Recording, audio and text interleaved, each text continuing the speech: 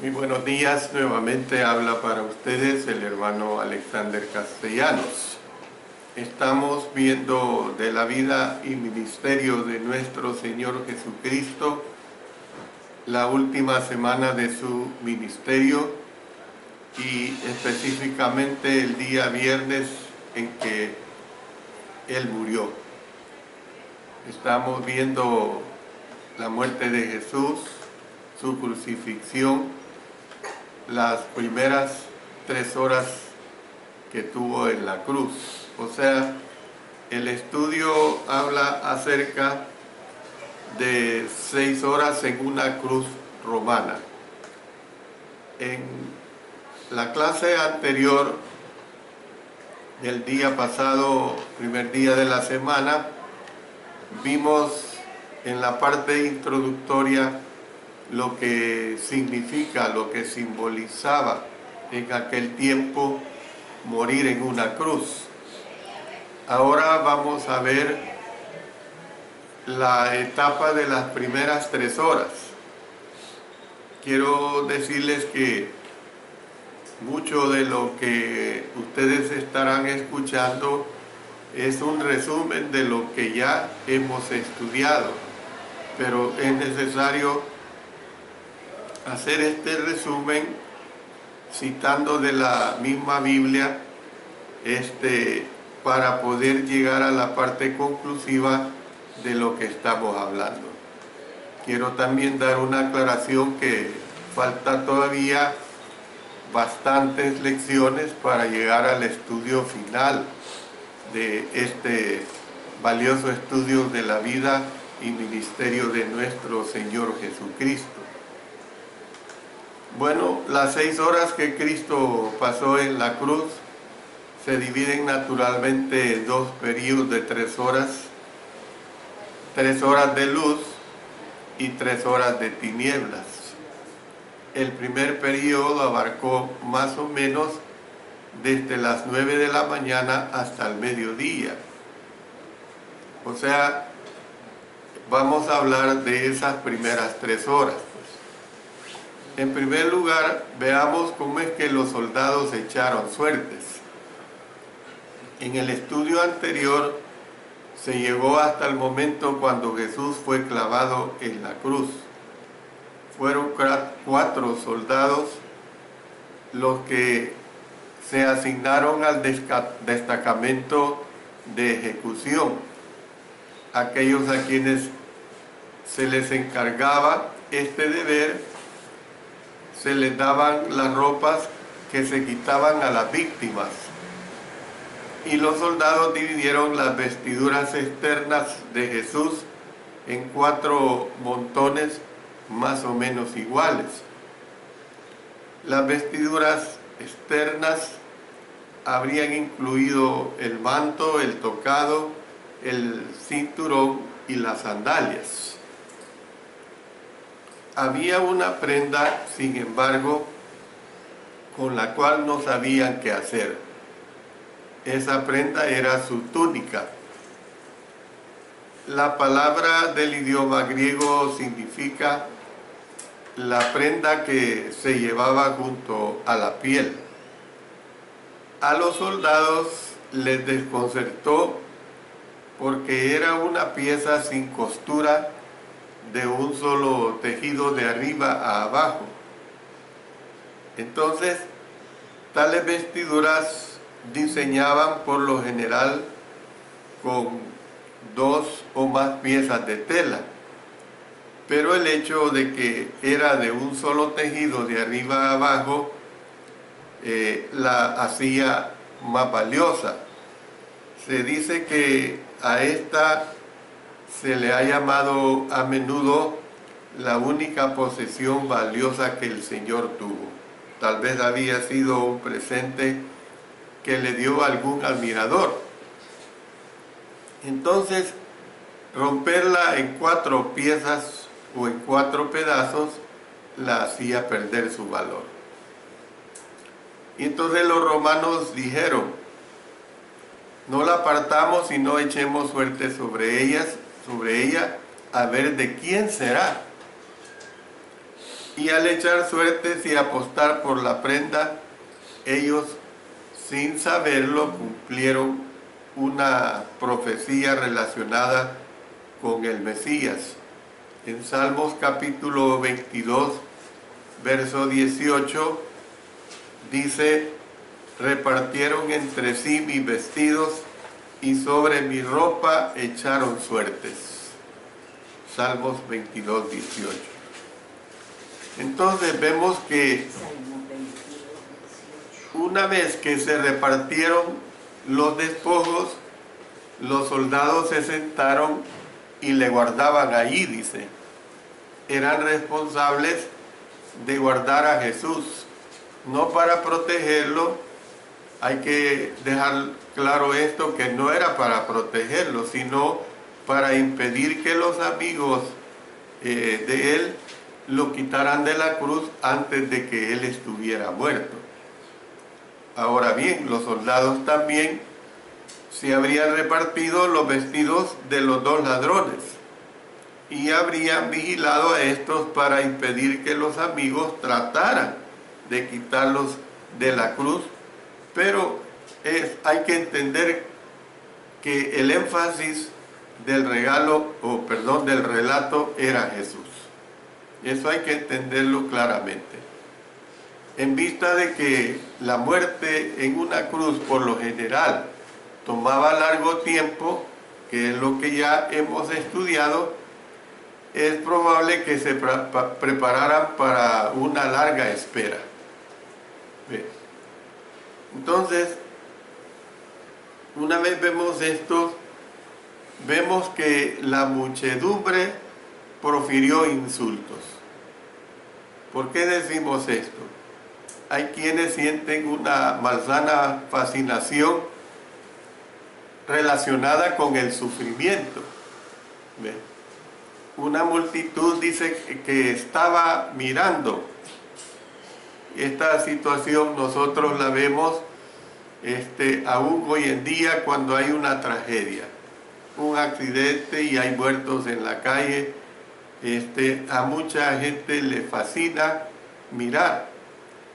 También había un continuo flujo de transeúntes curiosos que probablemente fueran peregrinos que se dirigían a la ciudad a participar de las festividades de aquel día. O sea,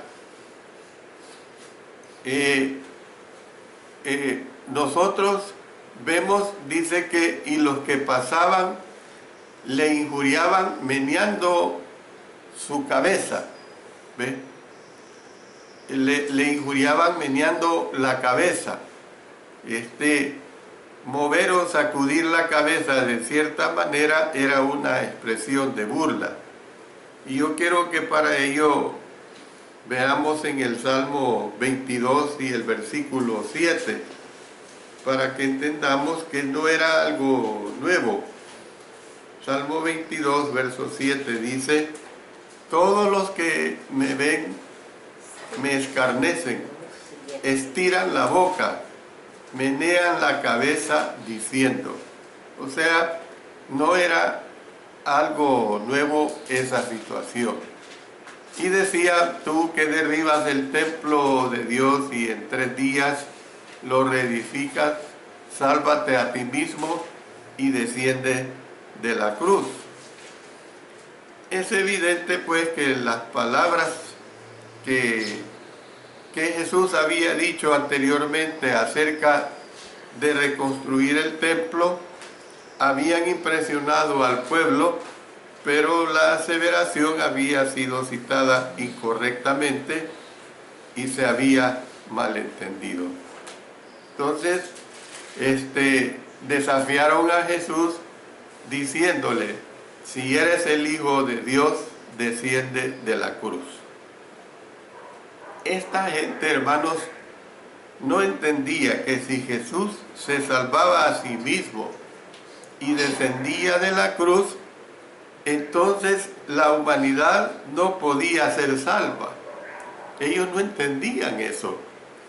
No comprendían que si se quedaba en la cruz precisamente, era porque era el Hijo de Dios consagrado a hacer la voluntad de su Padre. Entonces tenemos que ver esta situación de forma bastante entendible.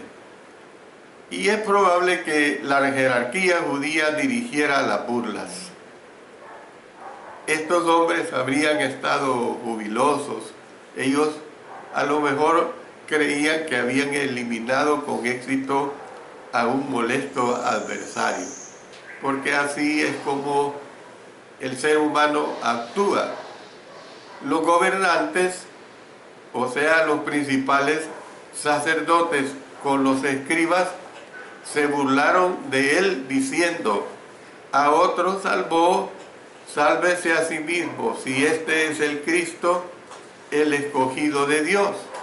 Así actuaban de esta manera.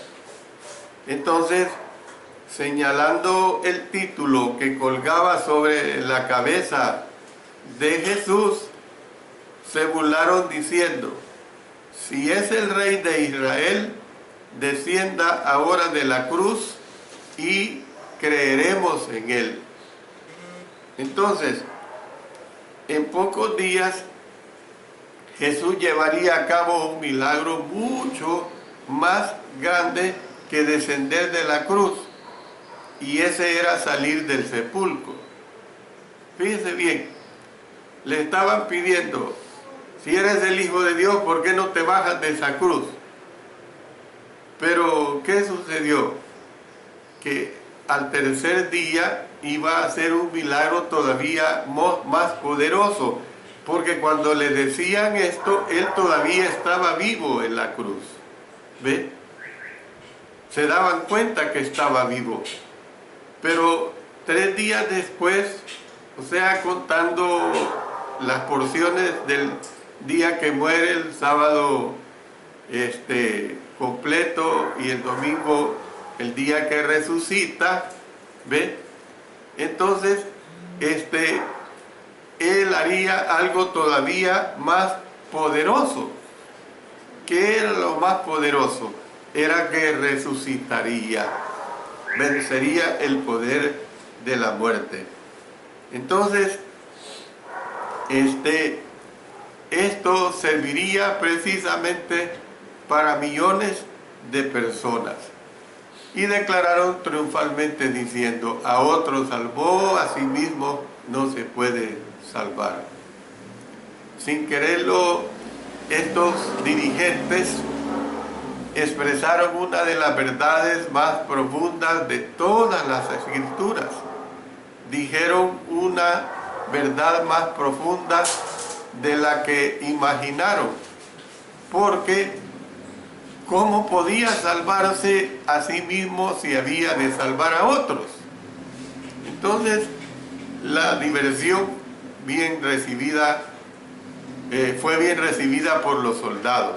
Ellos creían que se estaban divirtiendo. Estámonos divirtiendo con la muerte de este hombre, estamos divirtiéndonos con la muerte de estos 2 ladrones también. Y también dice la Escritura que le escarnecían, acercándose y presentándole vinagre, diciendo: si tú eres el Rey de los judíos, sálvate a ti mismo. Entonces, hasta los que sufrían juntamente con Jesús, los 2 ladrones se sumaron a las burlas. Cuando yo estaba estudiando esta lección, este mensaje, a mí me causó curiosidad. ¿Cómo es posible que los 2 ladrones se burlaban de él? Y me causó en mi mente cierta confusión cuando uno de ellos tuvo una actitud correcta. ¿Ve? Normalmente los crucificados intercambiaban insultos con la multitud, pero en esta ocasión la atención se centraba en la cruz que estaba en medio de las otras 2. Entonces, los 2 criminales desahogaron su ira y frustración en la misma dirección. Y mire lo que dice, lo que estoy diciendo cuando yo a mí me vino esta duda. Veamos en Mateo capítulo 27 y el versículo 44. Dice que, noten el plural, lo mismo le injuriaban también los ladrones, no dice un ladrón, los ladrones que estaban crucificados con él. Entonces, mire, la siguiente sección es una sección que ayuda a quitar esa duda que vino a mí y que ayuda a este cambio de actitud a uno de los dos ladrones. En primer lugar, el Señor oró. Estando en esta condición, Él oró. ¿Cómo respondió Jesús a este torrente de animosidad? Uno se desanima con cualquier cosa, con cosas a lo mejor sencillas, pero es la conducta humana. Pensemos en la situación en que estaba nuestro Señor, cuando estos dos ladrones se estaban conduciendo así de esta manera. Al fin y al cabo ellos eran malhechores. ¿Acaso pidió 12 legiones de ángeles? Y yo en anteriores lecciones les he dicho que una legión romana se componía de 6.000 soldados romanos. Entonces, al multiplicar 6.000 por 12 legiones, está aquí diciendo, ¿acaso el Señor ha pedido a 72.000 ángeles, ¿ve?, para destruir a sus tormentadores? Para nada, para nada. Lo que hizo fue orar. Eso es lo que hizo, orar. Les había enseñado a sus discípulos que debían orar por los que les persiguieran. Él les había enseñado vastamente y ahora ponía en práctica lo que había predicado al orar, diciendo, Padre, perdónalos porque no saben lo que hacen. Esta, hermanos, es la primera de las 7 palabras que Jesús dijo en la cruz. Es probable que la dijera anteriormente en la secuencia de eventos que se presentan. Aunque Jesús oró por sus atormentadores, estos no podían ser perdonados, sino hasta que se arrepintieran de sus pecados e hicieran la voluntad de Dios. Y para esto quiero que vayamos al libro de los Hechos para comprender bien esta situación. Vamos al libro de los Hechos, capítulo 2, versos 22 y 23. Varones israelitas, oíd estas palabras. Jesús Nazareno, varón aprobado por Dios entre vosotros, con las maravillas, prodigios y señales que Dios,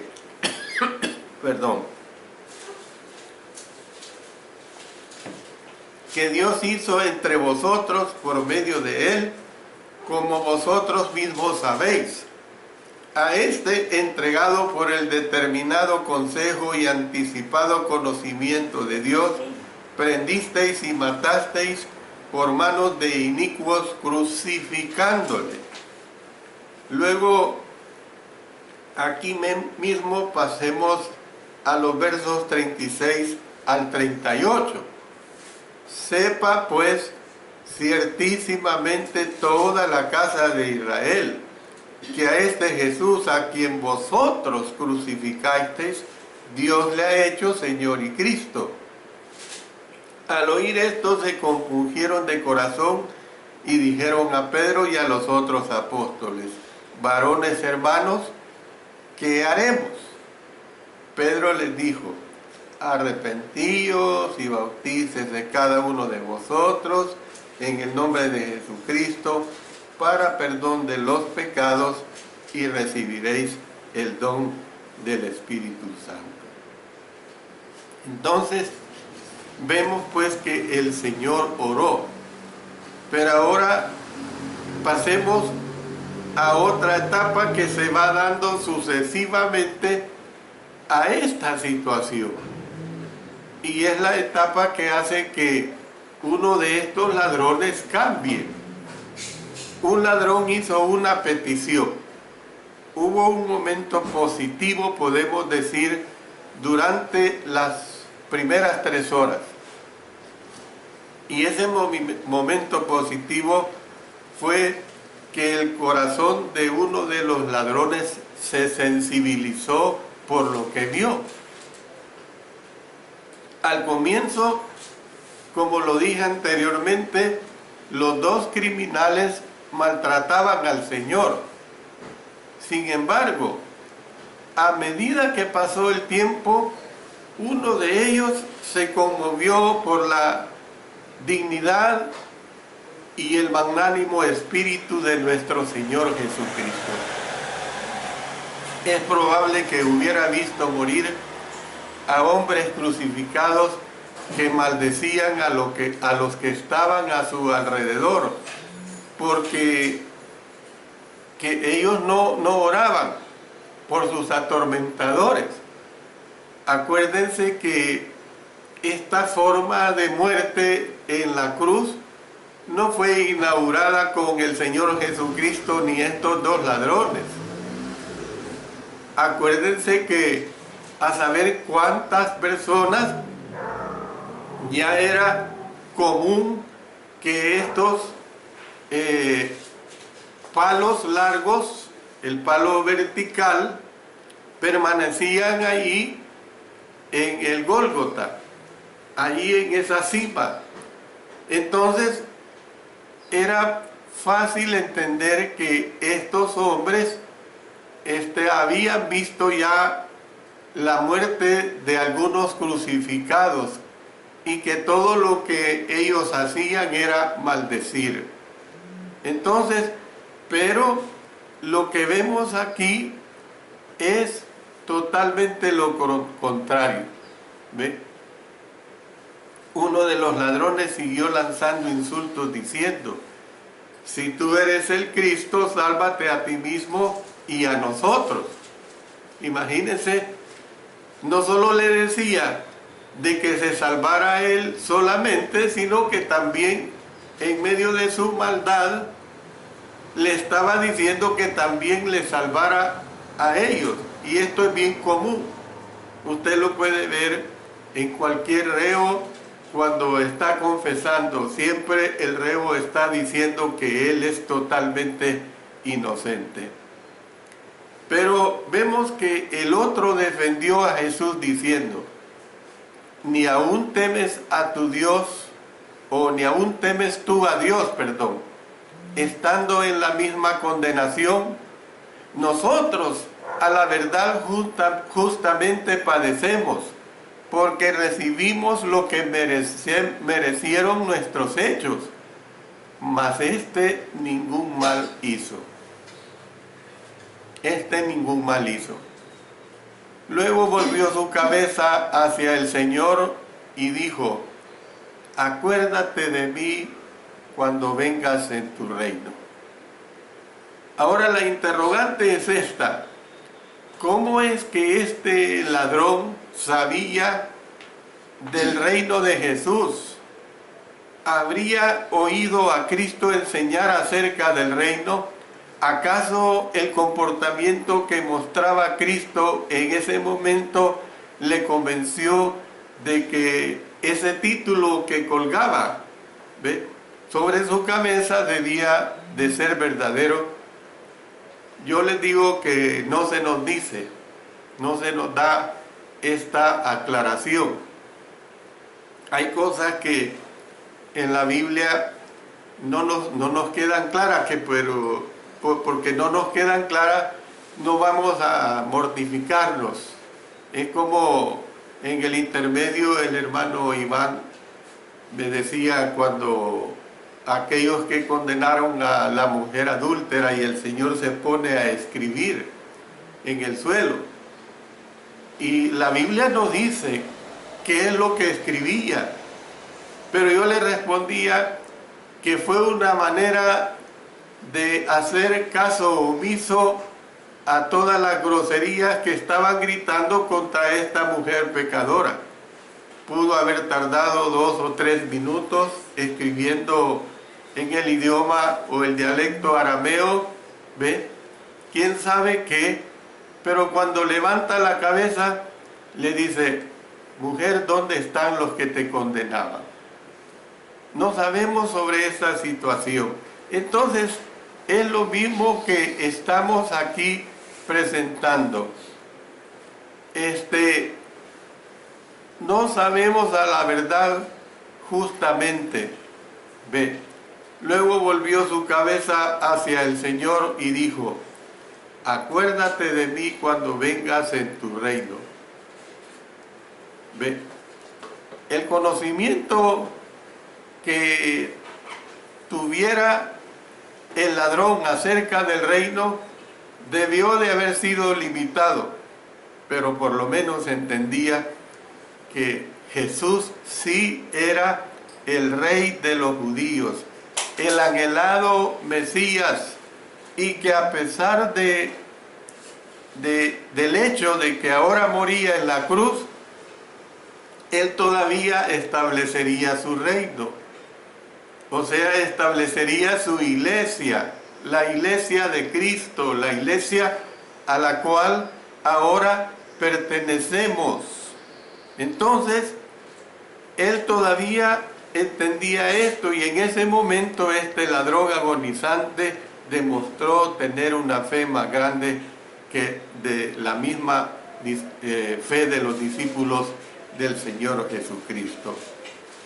Nosotros podemos ver pues que este relato acerca del ladrón no es un ejemplo de los requisitos para la salvación para los que vivimos posteriormente a la cruz, pero sí demuestra cómo es que como cristianos debemos defender a nuestro Señor Jesucristo, o sea, debemos de dar testimonio de nuestro Señor Jesucristo. Realmente el decirle yo debemos defender al Señor Jesucristo hasta en cierto modo suena ridículo, absurdo, porque Cristo Jesús es Dios y Él no necesita que nosotros le defendamos, porque Él es Dios todopoderoso. Entonces, con las palabras que Jesús dijo al ladrón penitente se refleja que aún en los últimos momentos Él fue fiel a su nombre y a su misión, pues esto fue lo que le dijo: de cierto te digo que hoy estarás conmigo en el paraíso. Algo muy hermoso, algo muy hermoso. Cuánto yo no quisiera, diré algo absurdo, que la voz del Señor Jesucristo me dijera: Alexander, no te preocupes, tú tienes asegurada cuando mueras tu estadía en el paraíso, el lugar de espera, el lugar de gozo, mientras yo no venga en el día del juicio final.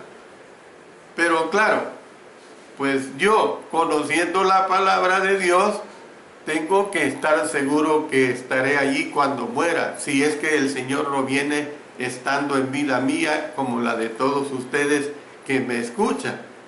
¿Ve? Yo tengo que labrar esa situación. Es necesario pues explicar que en este contexto la palabra paraíso se refiere a la parte del mundo del Hades donde los muertos justos aguardan el juicio de nuestro Señor. Por eso, y este estudio de la vida de Cristo Jesús, lo di hace un buen tiempo atrás, nada más lo recuerdo, en Lucas 16:22 se llama el paraíso, el seno de Abraham, a esta parte del Hades. Sabemos que el paraíso de Lucas 23 se encuentra en el mundo del Hades, porque Pedro dijo que cuando Jesús murió, él fue al Hades.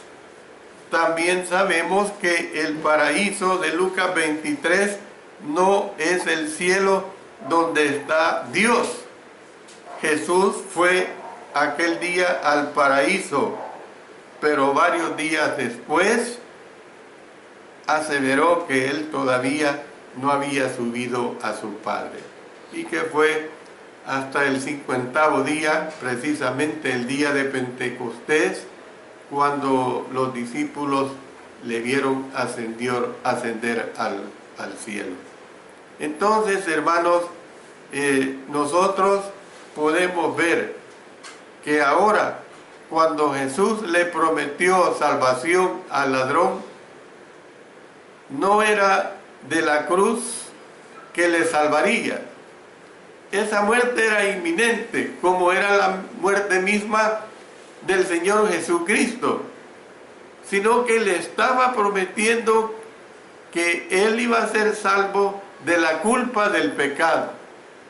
Es decir, que le dio libertad, pero no en esta vida, sino en la otra. Eso es lo que le estaba dando a entender. Mientras Jesús estuvo sobre la tierra, él podía conceder el perdón sobre la base que él quería. Y hay una diversidad de ejemplos que tenemos, el caso del paralítico, el caso de Lázaro, que lo resucitó ya estando muerto, ¿ve? Lo hizo en varias ocasiones. Pero ¿qué es lo que vemos? Que los amigos lloraron. Había algunos cerca de la cruz que no estaban consumidos por el odio, sino por la tristeza. Y lo que decía anteriormente, que cuando un ser querido, sobre todo un cristiano fiel, muere, una de las que estaban junto a la cruz de Jesús era su madre. Miren lo que dice el Evangelio de Juan en el capítulo 19 y el versículo 25. Ahí está diciendo el evangelista Juan en el capítulo 19, verso 25. Dice que estaban junto a la cruz de Jesús su madre y la hermana de su madre, María, mujer de Cleofas, y María Magdalena. Entonces, póngase usted por un momento en el lugar de María, cuando ella miraba a su hijo moribundo con sus ojos llenos de lágrimas. Era algo duro.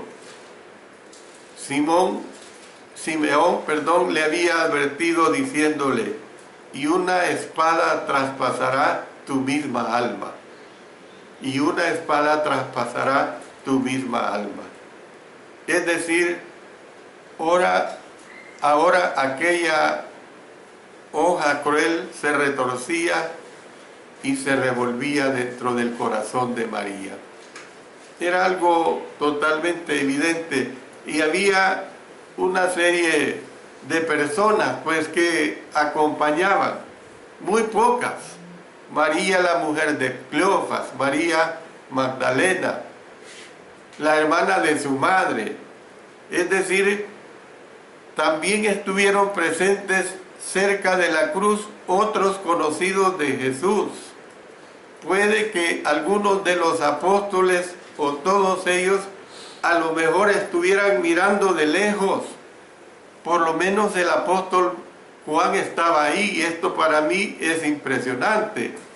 Miren lo que dice el Evangelio de Juan en el capítulo 19, verso 26.